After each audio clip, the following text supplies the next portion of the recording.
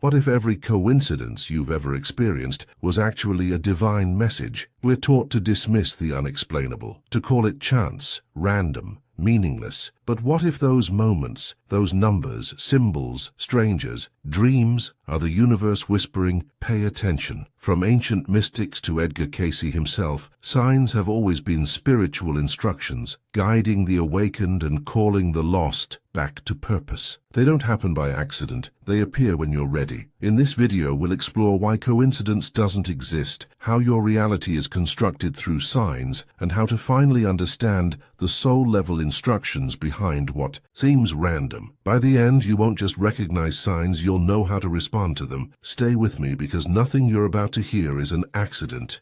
Most people wander through life convinced that randomness rules the universe. They call it luck. They laugh off synchronicities. They shrug at signs. But what they don't realize is this: the illusion of coincidence is the first veil over true awareness. It's a spiritual blindfold, and society made sure you were wearing it from the moment you were born. Edgar Cayce, known as the sleeping prophet, didn't believe in chance. He said that what we call coincidence is actually the spiritual world trying to break into the physical. Every repeated number, unexpected encounter, or sudden shift is the echo of your higher self, tapping you on the shoulder, saying, "Look deeper." Have you ever thought of someone and they immediately called you, or walked into a place you've never been, but somehow it felt familiar? That's not random. That's not nothing. It's soul-aligned timing. It's cosmic choreography. The truth is, life isn't chaos. It's consciousness in motion. Coincidences only appear meaningless to those who are asleep. But to those who are awakening, they're the language of the universe. And the universe is always speaking. The question is, are you listening? The illusion of coincidence serves a deeper purpose. It challenges you to question reality, to wonder if maybe, just maybe, there's a hidden design behind everything. And once you begin asking that question sincerely, your awakening begins, not with a loud voice, but with a silent knowing. Nothing is by accident.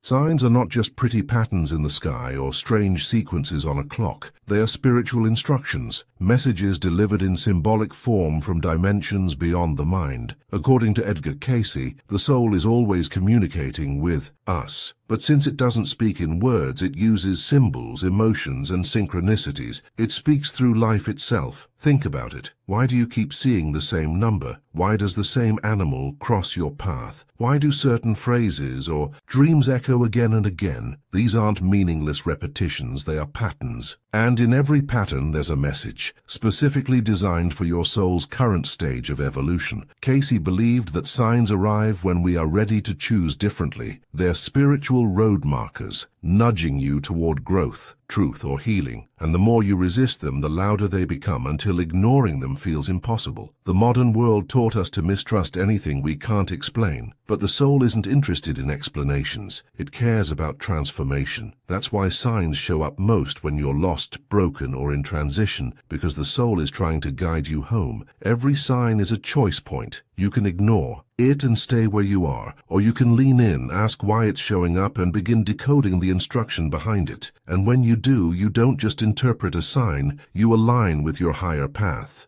Carl Jung called it synchronicity. Edgar Cayce called it spiritual alignment. But both pointed to the same truth. The external world is constantly reflecting your internal state. When things coincidentally line up, when events, people, and messages arrive at just the right time, it's not luck, it's resonance. Synchronicity is the universe mirroring your subconscious. If your inner world is chaotic, the signs you receive will feel confusing or unsettling. But when your soul begins to align, the outer world responds in harmony. You'll find yourself in the right place at the right moment, meeting people who feel like echoes from a forgotten future. This is the dance of energy. You're not simply a body moving through space. You're a magnetic field, attracting, repelling, sinking. The more conscious you become of your vibration, the more intentional the universe becomes in what it shows you. What used to be random now reveals design. Have you noticed how answers seem to come right after you ask a deep question? Or how when you finally let go of something toxic, a door opens somewhere unexpected? That's synchronicity. That's your energy clearing space for truth to flow in. Synchronicities are confirmations. They are sacred nudges from your higher self. and guides. The more you trust them, the more they appear. And eventually, you stop asking, was that a sign? Because you realize everything is. The universe doesn't send emails. It doesn't use language like we do. Instead, it weaves meaning into the flow of your life, placing signs, people, dreams, and detours at exactly the right moment. These are not random events. They are spiritual instructions disguised as everyday occurrences. When Edgar Cayce entered his deep trance states, he often received messages not in literal words, but in images, metaphors, and symbolic stories. Why? Because the soul speaks through symbols, and when the universe wants your attention, it speaks the same way: symbolic, layered, and intuitive. The form doesn't matter: a feather, a repeating number, a sudden delay, or even a phrase overheard in passing. What matters is the energy behind it. Each sign carries a frequency designed to unlock something within you. It might be a memory, a realization, a decision, or a wake-up call you've been avoiding. But here's the key: you have to meet the sign halfway. You must pause, feel, and ask, why is this showing up now? Without that inner awareness, the instruction passes you by, not because it failed, but because your attention was somewhere else. Spiritual instructions are subtle. They don't scream, they whisper. And the more present you are, the more you'll realize the universe is not random, it's responsive. You are constantly co-creating your path, and every time you follow the signs, you rewrite the course of your life. Dreams are the purest portal into your subconscious, and one of the universe's favorite ways to send spiritual instructions. Edgar Cayce, through thousands of recorded readings, insisted that our dreams are not meaningless byproducts of the brain. They are nightly messages from the soul, coded in symbol and story. In a dream, logic dissolves, the ego sleeps, and what's left is raw spirit, speaking through animals, numbers, places, voices, and feelings. Every image has meaning. Every scene is a mirror. What seems bizarre on the surface is often the exact key you've been seeking in waking life. Why do certain dreams stick with us? Why do they return again and again like echoes we can't escape? Because repetition is the soul's way of saying, you still haven't listened. The more intense or emotional the dream, the more urgently your spirit is trying to guide you. Cayce believed that when we dream, we temporarily return to the spiritual realm, our true home. And from there, we receive messages that transcend time and space, guidance for healing, warnings about choices, visions of possibilities. But when we wake up, we forget. We call it just a dream. The spiritually awakened know better. They honor their dreams. They write them down. They reflect and ask, what truth is hidden here? Because dreams are not fantasy. They're encrypted instructions. And if you dare to decode them, your soul will reward you with clarity beyond logic and direction beyond doubt.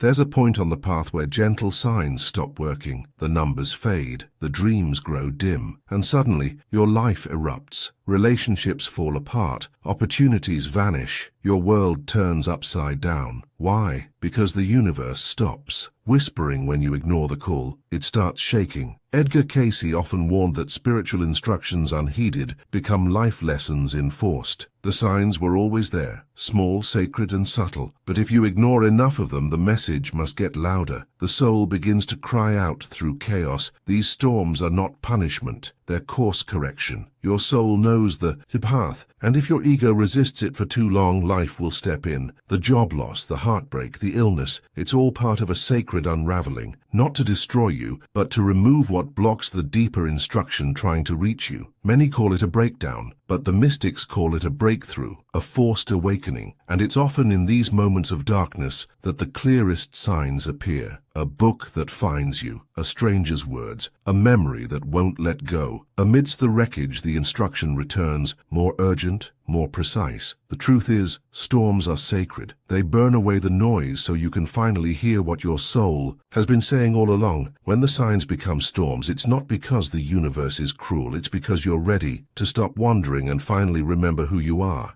Understanding signs isn't about superstition or overthinking. It's about presence. It's about asking the right questions, not what does this mean universally, but what is this trying to show me right now? The universe speaks in layers, and no sign appears without a personal resonance. Edgar Cayce taught that intuition is the interpreter of the divine. Your mind may doubt, but your soul always knows. So when a sign appears, a feather, a number, a phrase, you don't need a manual. You need stillness. You need to feel into the moment and ask, where in my life am I being nudged? One sign can hold 1,000 meanings, but in your hands, it holds only one, the one your soul is ready to receive. That's why two people can see the same sign and walk away with two entirely different revelations. Interpretation is an inner art, not an outer science. Begin to track what happens before a sign appears. What were you thinking? What were you resisting? What question was lingering in your heart? Often the sign is the universe answering what you didn't say out loud, a mirror to your unspoken truth. To interpret a sign is to claim your role in the conversation. You're not just a passive receiver, you're an active participant. And the more you honor this dialogue, by listening, journaling, reflecting, the more fluent you become in the sacred language of spirit.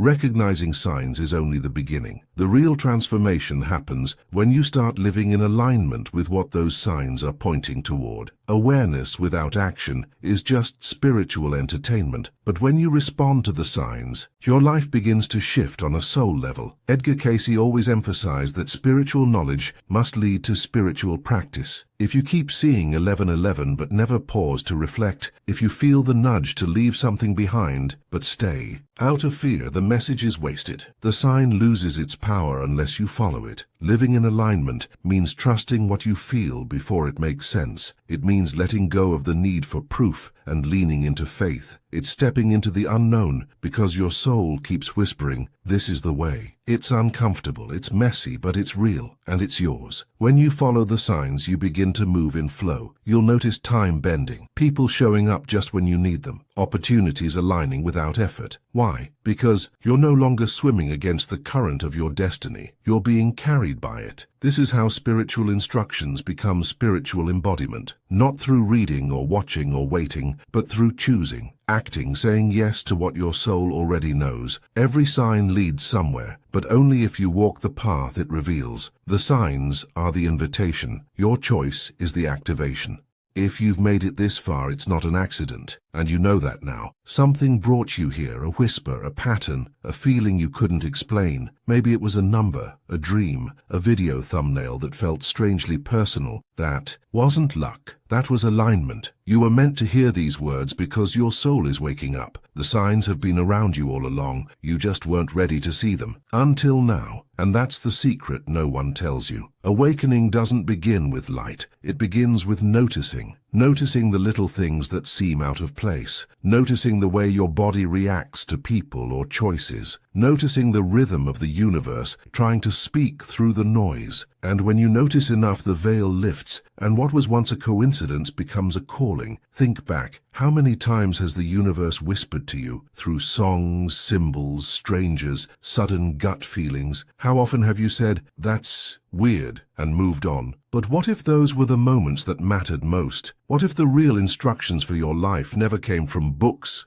schools, or voices of authority, but from the quiet, mysterious dance between your soul and spirit? Edgar Cayce didn't teach from theory. He taught from inner knowing, from a place deep within where truth isn't memorized, it's remembered. He knew that your soul carries an ancient wisdom, and that the universe is always trying to activate that wisdom through signs, through synchronicities, through sacred disruptions. Yes, sacred disruptions, because not every sign is comfortable. Some signs come through endings, sudden losses, breakdowns that make you question everything. But what if these moments weren't meant to break you? What if they were designed to reroute you, to interrupt the life you were settling for and remind you of the one you were born to live? The signs are not random, they are precise. They come when you're ready to evolve, ready to heal, ready to stop pretending and start listening. And here's the part most people miss. You don't need to understand the full message right away. You just need to respond. The act of paying attention is sacred. The moment you acknowledge the sign, the energy begins to shift. the next one appears, the path unfolds, and yes, it takes courage. Courage to step into the unknown. Courage to trust what you feel instead of what you're told. Courage to walk away from what's familiar when the signs say there's something more. But that's the kind of courage your soul came here to cultivate. You weren't born to sleepwalk through life. You weren't born to ignore the sacred in favor of the logical. You're a spiritual being in a physical experience, and the instructions are everywhere. In the sky, in your body, in your dreams, in the silence between words, in the spaces where your heart feels something it can't explain. So now the only question that matters is this: what are you going to do with what you've seen? Because now you can't unsee it. The coincidences aren't. That number you keep noticing, it's not random. That unexpected delay, it's not a mistake. That person you keep thinking about, not by chance. Every moment is a message. Every sign is a step. You are not alone on this path, and you're not crazy for seeing meaning where others see randomness. You're waking up. You're beginning to walk with intention, and as you do, the signs will multiply. The right people will appear. The path will illuminate, but only as you walk it. Don't wait for the perfect sign, the perfect moment, the perfect plan. You already have the only compass you need, your awareness. That's what the universe responds to. Not your words, not your doubts, your presence. Start where you are. Ask the signs to show themselves. Set the intention to see. Then let go and watch what happens. The signs will come, the instructions will arrive, and every single one will be just for you, because coincidence does not exist. Only connection, only alignment, only the next divine message, waiting to be seen. And now you're finally looking.